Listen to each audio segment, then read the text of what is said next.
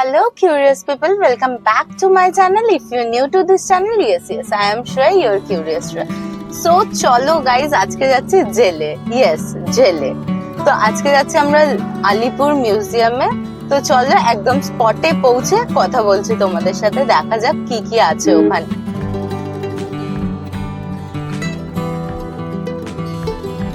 Curious পুরো ভিডিওটা তোমরা দেখো। আমরা তো চলেই এসেছি এখন মিউজিয়ামের মধ্যে। তো ভিডিওটা হয়তো একটু বড় হবে বিকজ মানে খুব বড় জায়গা, তো ভিডিওটা বড় হবে। তো তোমরা পুরো ভিডিওটা দেখো, তাহলে অনেক হিস্ট্রিও জানতে পারবে আর ভালোও লাগবে। তো আশা করব পুরো ভিডিওটা তোমরা দেখবে, আর দেখতে দেখতে টুক করে চ্যানেলটাকে সাবস্ক্রাইব করে দাও আর পুরো ভিডিওটা দেখো। সো কিউরিয়াস, চলে এলাম আলিপুর জেল মিউজিয়ামের মধ্যে। যেরকম তোমাদের আগেই বললাম যে এখানে আছে প্রচুর ইতিহাস। তো চলো ভিডিওটা দেখতে দেখতে শুনে নাও এই আলিপুর জেল মিউজিয়ামের হিস্ট্রি। আলিপুর জেল বা আলিপুর সেন্ট্রাল জেল হলো কলকাতা আলিপুরের একটি কারাগার, যেখানে ব্রিটিশ শাসনের অধীনে রাজনৈতিক বন্দীদের রাখা হয়েছিল। তাদের মধ্যে সুভাষচন্দ্র বসুও ছিলেন। এটি আলিপুর জেল প্রেসও ছিল। 20 ফেব্রুয়ারি 2019-এ বন্ধ হয়ে যাওয়ায় এটি আর কারাগার হিসেবে চালু নেই। কারাগারটি এখন বন্দী এবং মৃত্যুদণ্ড কার্যকর শহীদের নামে একটি স্বাধীনতা মিউজিয়াম হিসেবে গড়ে উঠেছে। 1757 সালে পলাশীর যুদ্ধ এবং 1764 সালে বক্সারের যুদ্ধ, তারপরে 1765 সালে ইংরেজ ইস্ট ইন্ডিয়া কোম্পানির কাছে দেওয়ানি অধিকার হস্তান্তরের পর ব্রিটিশরা আইন শৃঙ্খলা এবং ফৌজদারি বিচার পরিচালনার জন্য দণ্ডাদেশ এবং জেল তৈরির গুরুত্ব উপলব্ধি করে। এবার আসি কারাগারের কাঠামো। 1888 সালের ম্যাকেলে কমিটির রিপোর্টের অধীনে জেল শৃঙ্খলা অনুসারে আলিপুর সেন্ট্রাল জেলের স্থাপত্য ব্যবস্থাপনার ঔপনিবেশিক মানসিকতার প্রতিফলন ছিল, যা বন্দীদের আলাদা করার জন্য ওয়ার্ড তৈরি করেছিল এবং তাদের একে অপরের থেকে বিচ্ছিন্ন করে রেখেছিল। উদ্দেশ্য ছিল দুই বন্দীর মধ্যে যোগাযোগ রোধ করা, যার জন্য সরু পাথরের বিছানা এবং এমবেড করা পাথরের বিশ্রামগুলিকে উঁচু করা হয়েছিল এবং বিকল্প অভিমুখে স্থাপন করা হয়েছিল। দাঁড়াও, এবার একটু শুনে নাও এখানে দেখার কি কি আছে, তারপর আবার ফিরে আসব এই গল্পে। সো এখানে দেখার আছে ফাঁসির মঞ্চ, ওয়াচ টাওয়ার, বিশেষ সেল, সাধারণ cell, detention cell, jail canteen, jail হাসপাতাল প্রদর্শনী, আর খাওয়া দাওয়ার জন্য ছোট কয়েকটা দোকানও পেয়ে যাবে। আলিপুর জেল মিউজিয়ামে প্রবেশ করার সাথে সাথে তোমরা যে জায়গাটা দেখতে পাবে তা হলো ফাঁসির মঞ্চ। পূর্বাভাসের সূক্ষ্ম অনুভূতি এখনো সেই জায়গায় রয়ে গেছে, যেটি উল্লেখযোগ্য সংখ্যক শহীদদের ফাঁসি প্রত্যক্ষ করেছে। ফাঁসির মঞ্চের সংলগ্ন কক্ষগুলি হলো যেখানে বন্দীদের সাজা দেওয়ার আগে রাখা হতো। এখানে ছিল শহীদদের তালিকা। যারা শহীদ হয়েছিলেন তারা হলেন সত্যেন্দ্রনাথ বসু, চারুচন্দ্র বসু, বীরেন্দ্রনাথ দত্ত গুপ্ত, গোপীনাথ সাহা, প্রমোদ রঞ্জন চৌধুরী, অনন্ত হরি মিত্র, দীনেশ গুপ্ত, রামকৃষ্ণ বিশ এবং দীনেশ মজুমদার। এরপরে আছে ওয়াচ টাওয়ার। ওয়াচ টাওয়ার যা পুরো জেল কমপ্লেক্সটাকে নজরদারির মধ্যে রাখার জন্য বানানো হয়েছিল।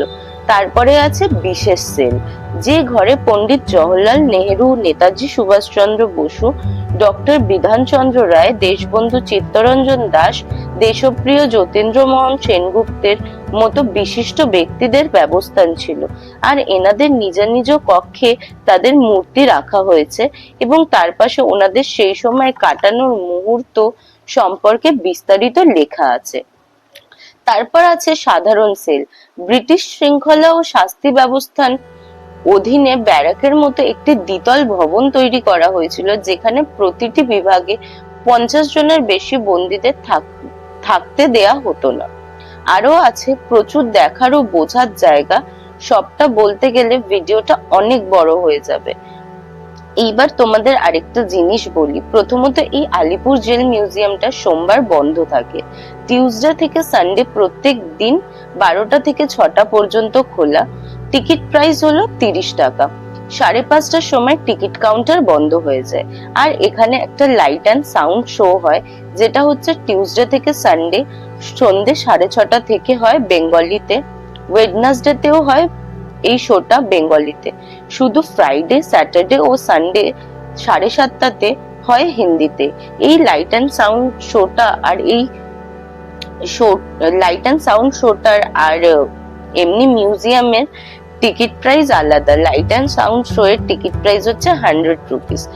তো এই যেটা তোমাদের আরো শেয়ার করি, এই জায়গাটা হচ্ছে প্রচুর বড়।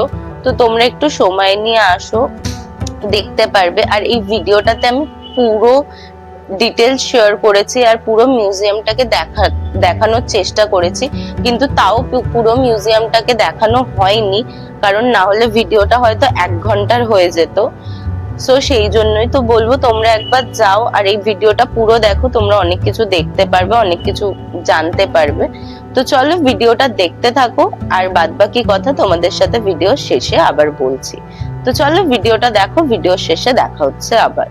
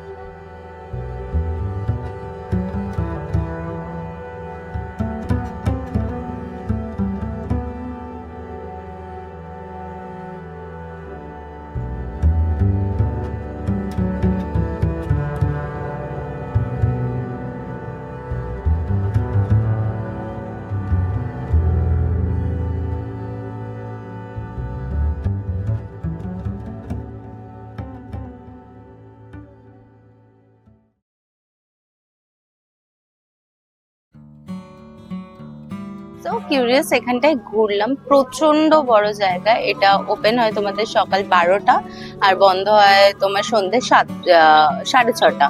তো তোমরা আসতেই পারো, অবভিয়াসলি এসো, বিকজ প্রচুর হিস্ট্রি আছে। তোমাদের সাথে আমি কিছুটা শেয়ার করলাম, তো সেটাই বলছি, তোমরা প্লিজ এসো একবার, এখানে খুবই ভালো লাগবে। যারা হিস্ট্রি ভালোবাসো তাদের জন্য তো আরো ভালো লাগবে, আর যারা এমনি নর্মালি পছন্দ করো ঘুরতে তারাও আসতে পারো। প্রচুর বড় জায়গা। আমি বলবো তোমরা যখন ওপেন হয় তখনই আসো, আর পুরোটা ঘুরে দেখো, কারণ না হলে যদি তোমরা ওই 2টা-2:30 নাগাদ আসো ঘুরে শেষ করতে পারবে না, জায়গাটা এতই বড়। তো তোমরা এসো, আর ডেসক্রিপশনে আমার ইনস্টাগ্রামের লিংক দেওয়া থাকবে, তোমরা চাইলে ওখানে গিয়ে আমাকে ফলো করতে পারো আর ডিএম করতে পারো। আর এই ভিডিওটা কেমন লাগলো তোমরা কমেন্ট করে অবশ্যই জানিও। আর চলো অন্য ভিডিওগুলো দেখতে থাকো, আর ভিডিওটা ভালো লাগলে চ্যানেলটাকে সাবস্ক্রাইব করে দিও। টাটা, দেখা হচ্ছে নেক্সট ভিডিওতে।